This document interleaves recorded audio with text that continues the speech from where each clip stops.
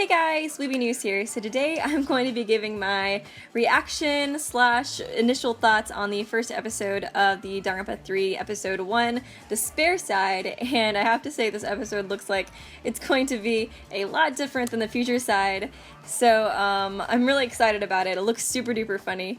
And before I start, I do want to say a couple of things. I know I mentioned in my last video I was planning on doing like reactions for every video, and I'm still going to try it, but I have to try and avoid copyright at the same time, so I'm not really sure how that's going to work out. I may end up having to speed up the video and the volume just a hair, or I may have to exclude the audio, and either way I'm just going to put like highlights, just like initial, just sort of like the big moments, like the funny parts or like the really crazy parts, but I'm not going to be including the whole episode because I think that would be kind of boring to watch, honestly. And the second thing I wanted to say was just that I had been planning on making another video about a Danganronpa 3 future theory that I've seen a lot, and honestly I agree a lot more with that theory now than the one that I included in my first episode review. Although I still think Munakata's really sketchy, I do have like another idea, or I've seen like another theory around that I agree with a lot.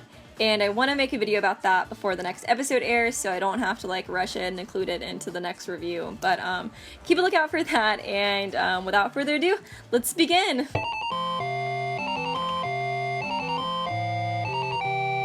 Okay, so after the episode finished, I kind of wrote down all my thoughts, and then I looked up some stuff online just to see what other people were saying, and I'm just gonna kind of go through like play-by-play and then give opinions and just mention other things I've seen online and etc. So this is like my mini review / initial thoughts segment of this video, I guess. So the first thing I'm gonna talk about in this episode is Chisa watching her own death take place on a theater screen, and to me, there's a few weird things about this, and the first one is just how she appears. She appears as she does in the Despair arc, which is younger, she has more vibrant hair, and I think the reason for her hair change is just like vibrancy, like she wasn't able to take care of it as well during the apocalypse, and that's why it looks duller there. Also, I think stress can do that as well. To me, because she looks younger, it makes me think this is an artistic choice by the director. I don't really know if it means that she's like the traitor watching it behind like closed doors or anything, because she does look a good bit different, and she's in the clothes that she's in the Despair arc, and I don't think she would change into those clothes just to watch it, unless they're really trying to like trick us here. But personally, I think it's probably an art choice, but who knows, I could change my mind later. It's Danganronpa, anything can happen. So a while back they revealed that the blood in the Future arc was going to be red, and the blood in the Despair arc is going to be pink, and I'm not sure exactly why they chose this. They didn't really describe or explain why they chose it at the preview event where they mentioned it. But the weird thing about that in this episode is that when Chisa's watching her death on the screen, it's pink. And I guess it's just weird to see the Future arc blood be pink on the screen while she's watching it in the Despair arc. So it's a little odd. I'm still not really sure why they did that, if it has some sort of like relevance, or if it's just an artistic choice, or if it's just to combat against like rating issues, like maybe there's more gore in the Despair arc. I'm not really sure, but I thought it was weird and I thought I'd point it out to you guys. Next we're going to be moving into the opening, and there's a couple of things here I wanted to point out as well. I really like the imagery. You can see like Junko in it, you can also see Makuro as well, and it really makes me hope that we're going to see Makuro a lot more in this anime, because we really don't see a whole lot of her in the games. Even in Zero, you see her a little bit, but it's not nearly as much as a lot of the other characters, so I'm really hoping we'll get more screen time for Makuro. Next, I really like some of the artistic choices they chose, like Junko holding all the remnants of despair and then sort of blowing them away, and you can kind of see them like falling into despair. I think it looks really cool. And then you see Hajime and Izuru, and the thing I like about Izuru in this is that he sort of has that like red lightning bolt that Monokuma has. I thought that was a cool choice on their part. And then we see Chisa talking to Jin Kirigiri and Kizakura, and Jin basically promotes her to the assistant for the 77th class to be a teacher there, because Kizakura is what seems to be an alcoholic, and the whole scene's pretty funny. They sort of emphasize the fact that Munakata was the one who recommended her to this position as well. Then next we just sort of see Chisa interacting a lot with the Super Danganronpa 2 characters, and I have to say, this episode was just hysterical. It's ridiculous, but really, really, really funny. I think my favorite part was the need-eye bit in the bathroom. That caught me so off guard. I thought maybe it was Gundam because it was so dramatic, but then it was need-eye and it was like a Dragon Ball Z explosion next to the toilet. It's just really, really funny. And then Teru Teru was just hysterical as well, and poor Mikon. So something cool I saw online was posted by the Tumblr user Ari-the-magical about some of these funny bits, and in this, Chisa calls all the students rotten oranges, and Mikon takes this especially hard because her name actually means Mandarin orange. So when Chisa's calling all of them rotten oranges, Mikon thinks she's referring to her and starts sobbing and crying, and it's just, I feel so bad for Mikon, but it's quite a funny scene. And some other cool things about this funny segment is just sort of the references to the old games.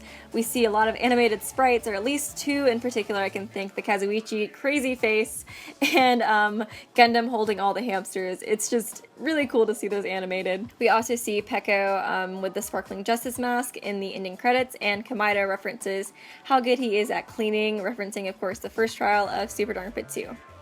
And something I did want to talk about was Chisa's interaction with the Ultimate Imposter disguised as Ryota, and the way the Ultimate Imposter impersonates Ryota in this is just hysterical. He's very scatterbrained, he tries to get away from her like 2 times, and it makes me wonder if Ryota will act a little bit like this maybe in the future arc. I think him and Chisa for sure, her personality is sobered up a lot since the tragic events that have happened, and I think that is why she's so vibrant in this. And then you see her in the future arc and she's much more calm and collected. She's not quite as energetic as she is in this. I think it's just sort of like life experiences seeing the world go to shit, basically. I think Ryota's personality probably changed a bit because of that as well, and a lot of you guys suspect him to be the traitor, which I have seen a lot of good points pointed out to me. I want to cover that in another video, maybe the next review or in that other video I was talking about, but a lot of you guys are very suspicious of him, and for pretty good reasons, I'll admit. Then we see Hajime and Chiaki's interaction, and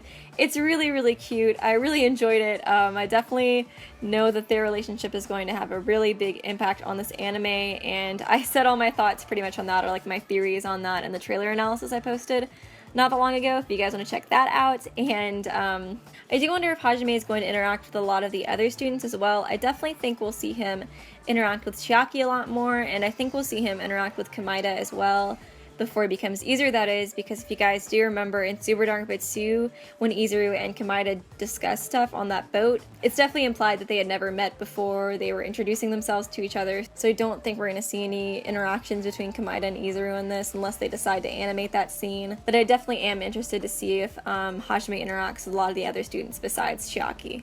And then the final thing I want to talk about is at the end of the episode, we see Chisa talking to Munakata. She's looking at a picture of her with Juzo and Munakata, and it definitely seems like they're all close. They're all in the same class together, although Juzo does look pretty upset in the photo, but he always looks upset, so what's new? Also on the relationship chart, it does seem as if Chisa has a bit more of a positive look towards Juzo than he has towards her. And then lastly, it's revealed that Munakata is helping spread Hope Speak Academy internationally, and we see him in front of the construction site for the building that's in the future arc, which is very interesting, and it definitely makes sense because it was confirmed that he constructed that building, but it seems to be that it was meant for Hope's Peak Academy originally. And something else I want to point out that I saw on Tumblr, it was posted by the user KarenKM, and it's Gundam riding on top of a dolphin in the ending credits, which I just thought was hysterical, so I thought I'd point that out to you guys.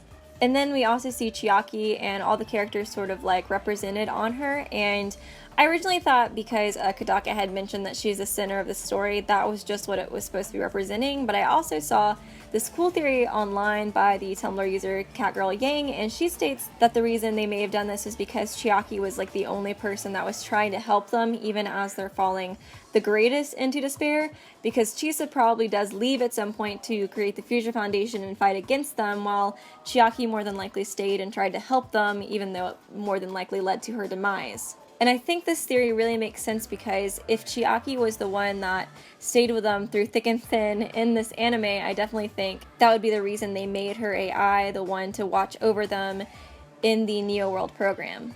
And lastly, we see what I believe is the steering committee of Hope Speak Academy, and if you guys don't know what the steering committee is, They are the ones that came up with a reserve course program to bring more money into Hope Speak Academy, and they also meet with the headmaster once a year to decide the lucky student as well. And basically they're looking at Hajime's picture and probably deciding that they want to turn him into Izuru Kamakura. But anyways, these are my thoughts, my theories, some stuff I've seen online. I hope you guys enjoyed. Let me know what you think, if you have any theories or thoughts, how you enjoyed the episode and things like that, and I will see you real soon.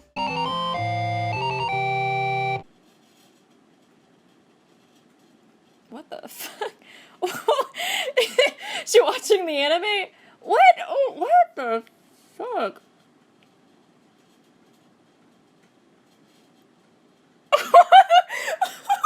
What is going on? Oh my god. What the heck? I'm sorry. What is going on? At the very, very beginning. Oh my god. The very opening, and I'm already just totally mind-fucked. Okay, I'm starting to see why Kodaka wanted us to watch these intertwined now. You would be totally screwed if you just watched the first episode to this first, and then the future episode like later if you decide to watch this one before the future. You would be totally screwed. Oh my gosh. Oh, there she is. She's in the future opening as well. I'll have to show like a clip of that. You can see like her and the knife and like the reflection of the knife. It's a Gundam.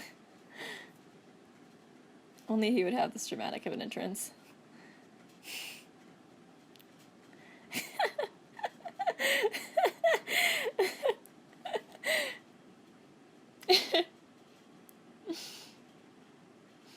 Oh god!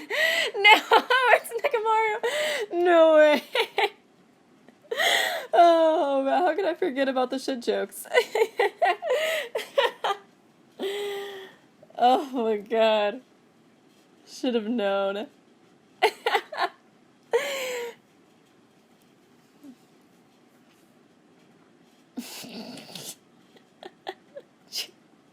Like Dragon Ball Z. Oh man.